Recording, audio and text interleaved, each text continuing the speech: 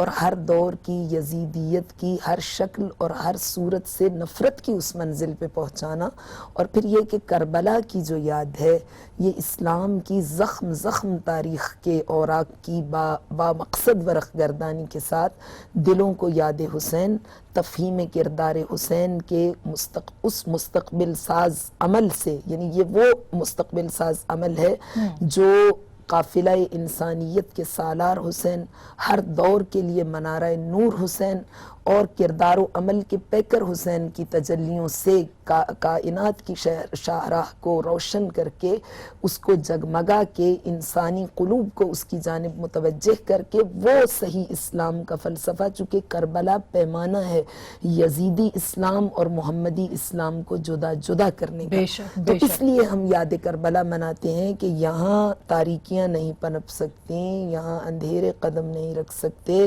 یہاں فکر بغاوت و معصیت یہاں کا رخ نہیں کر سکتی۔ میر کاروان کربلا کی پناہگاہ ایسی ہے جس نے سرکار رسالت مآب صلی اللہ علیہ وآلہ وسلم کے اس پیغام امن کو جو پوری کائنات انسانیت کے لیے تھا، اور آج ہم سر فخر سے بلند کر کے کہہ سکتے ہیں کہ اسلام خودکش دھماکے کرنے والوں، انسانوں کے بے گناہ انسانوں کے خون سے ہولی کھیلنے والے انسان نما درندوں کا دین نہیں، بلکہ رحمت للعالمین کے انسان نواز، مہر و محبت و عاطفت سے لبریز کردار سے تشکیل پانے والا ایسا ضابطہ حیات ہے جس کی ہر دور کے انسان کو ضرورت ہے۔ بے شک بے شک، بہت ہی خوبصورت آچاریہ جی، آپ نے تو اس بارے میں کہا بھی ہے کہ جو دہشت گرد ہیں وہ اسلام میں اس کی اجازت نہیں دہشت گردی کی، اور جو دہشت گرد ہیں ان کا اسلام سے کوئی تعلق نہیں ہے۔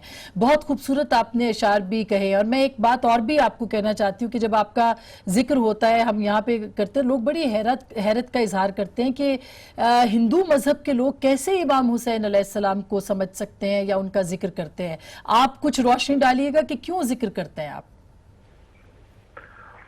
دیکھیے آسما جی، پہلے تو آپ کا بہت بہت شکریہ کہ آپ نے مجھے یہ موقع دیا کہ حضرت امام حسین علیہ السلام کا جو درد ہے میں اس میں شامل ہو سکوں، اور میں یہ کہنا چاہوں گا آپ سے کہ مسلمان ہونے کے لیے انسان ہونا ضروری ہے، اور انسان وہ ہو سکتا ہے جس میں انسانیت ہو، اور انسانیت کا اور درد کا رشتہ بہت گہرا ہے۔ جس کے دل میں درد نہیں ہے وہ رو نہیں سکتا ہے، اور جو رو نہیں سکتا ہے وہ انسان نہیں ہے۔ تو جو انسان نہیں ہے وہ مسلمان اور ہندو کیسے ہو سکتا ہے؟ جو سکتا ہے، جس کے دل میں درد ہے، وہی سچا ہندو ہو سکتا ہے، وہی سچا مسلمان ہو سکتا ہے۔ اور جو رو نہیں سکتا ہے، جو کسی کے درد کو محسوس نہیں کر سکتا ہے، مجھے لگتا ہے وہ انسان نہیں ہو سکتا ہے، تو وہ نہ ہندو ہو سکتا ہے نہ مسلمان ہو سکتا ہے۔ تو جو حضرت امام حسین علیہ السلام کی زندگی کے جو واقعات ہیں، ان کا جو مرتبہ ہے، اس کو ہم کسی ایک غزل میں، ایک نظم میں، ایک کتاب میں، میں تو کہنا چاہوں گا کہ کسی گرنتھ میں یا پوری زندگی میں بھی اگر ہم اس کو کچھ نہ کچھ ان کے بارے میں کہنا چاہیں تو ہم مکمل نہیں کر سکتے ہیں۔ حضرت امام حسین علیہ السلام کا جو مرتبہ ہے، ان کی زندگی میں جو ہوا، اس سے دیکھیے، ان کی پیدائش سے دیکھیے گا، ان کی پیدائش ان کے گھر میں ہوئی جو خدا کے گھر میں پیدا ہوئے۔ کیا بات! بے شک۔ تو حضرت امام حسین کی جو پیدائش ہے وہ حضرت علی علیہ السلام کے گھر میں ہے، جن کی پیدائش خدا کے گھر میں ہے۔